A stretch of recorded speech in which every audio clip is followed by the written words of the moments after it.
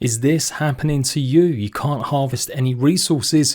Well, I've got a solution for you today, and we're also going to be talking about the plethora of other bugs and ways to get around it in the latest grounded update that really has maybe launched with not enough testing.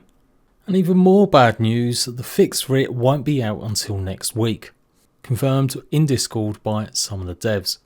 Apparently they could have a fix for it, but it would have left other new fixes, or new problems I should say, to appear, so they deemed it better to make sure they're nipped in the bud first before updating it next week. So yeah, it does kind of suck, but yeah, the devs do know about a plethora of the bugs which I'm going to report, and hopefully, like I said, try and give you some solutions for now.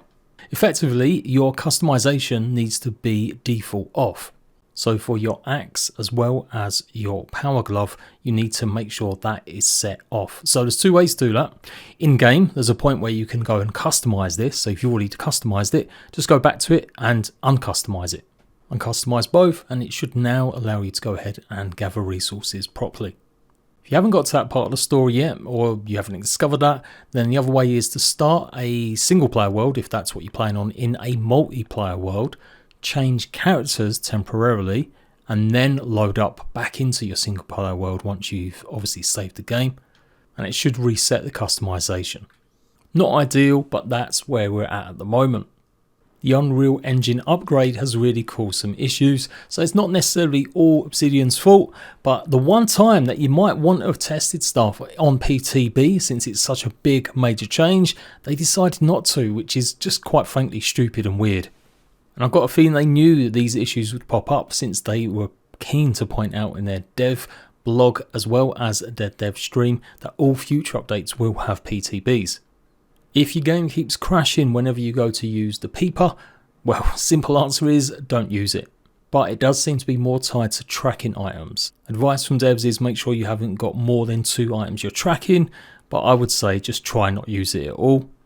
Also, I have seen quite a few reports from you guys in the comments saying that your base is basically crashing every time you get close to it. It does seem to be about your blueprints. So if you've been building quite a high project and maybe not finished it or completed it, or you've got a lot of resources just loose, try and clear them up. Save the game as much as you can if you can dump some of them in a chest, and then load it back up again and keep doing the same thing.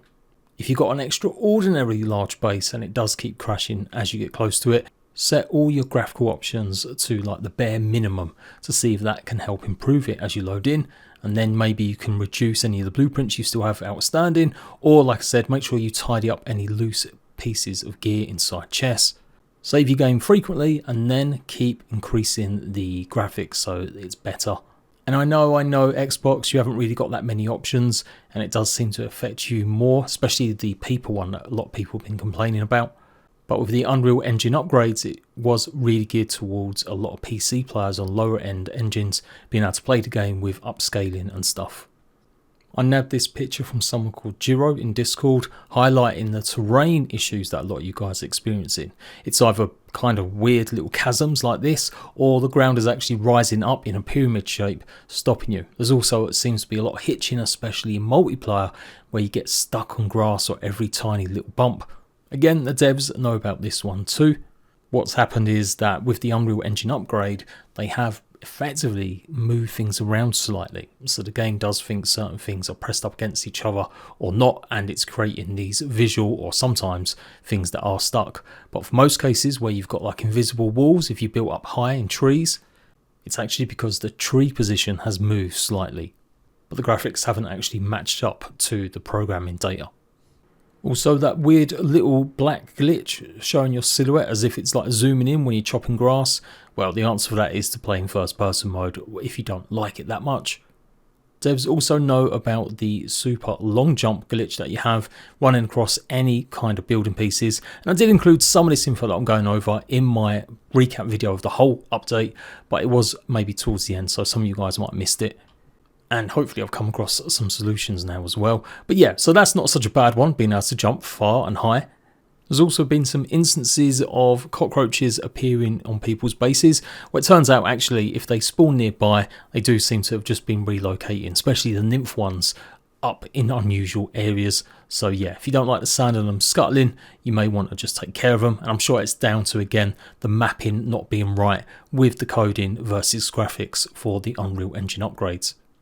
And yeah, there is some weird graphical glitches going on if you hold your arrow shots. It kind of just looks like it's lost its high definition.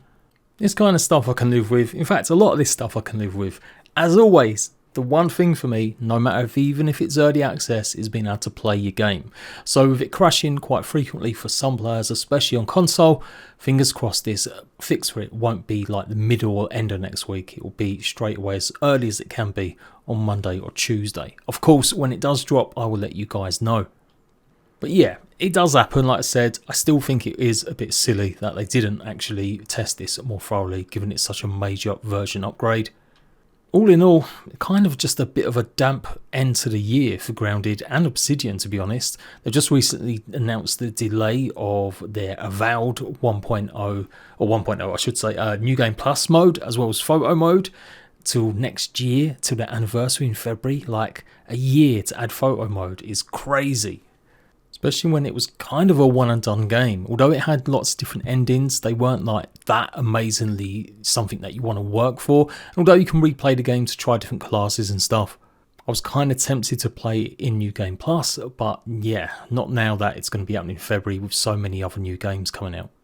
Outer Worlds 2 has come and gone, and just no one is talking about that game anymore.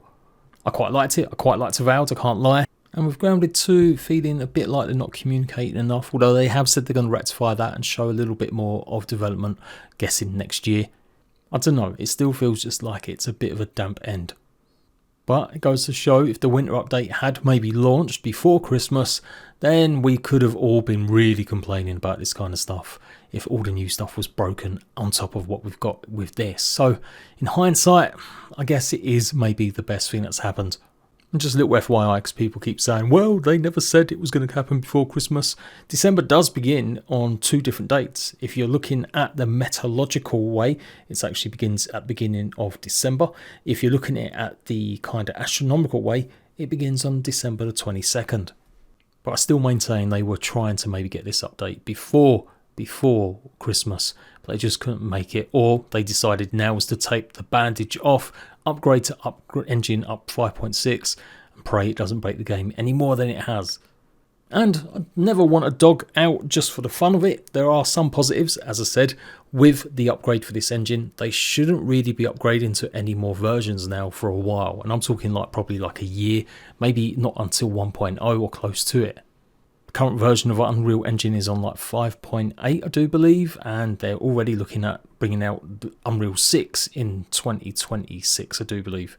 So while there will be updates that still improve stuff, and I have noticed the difference for sure, if you put on PC the FSR or the DLSS, it definitely improves performance, although you still need to turn a little bit of certain things down just to make sure that nothing's popping or it's looking like a stop animation game.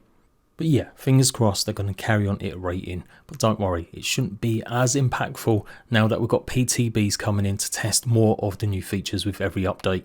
If you don't know what PTB is, it's available on the Xbox Insider Hub when it is live and Grounded push it, and it's basically just a test version of Grounded before the full update goes live for everyone, and it's also available on PC on Windows and Steam. I always let you guys know how to activate it, usually when it's live or showing you some new stuff from it, so don't panic. But I'm pretty sure that's the big reason we're seeing some of these problems and issues, because they just didn't get a chance to put it on there before releasing it for everyone. So there we go. I'm sure there are other issues and stuff, but they're the main ones that I thought I might be able to find some solutions for. And like I said, as soon as the update's available to fix a lot of this stuff next week, I'll let you guys know in another video. Until then, rat bags, stay safe and stop crashing, hopefully.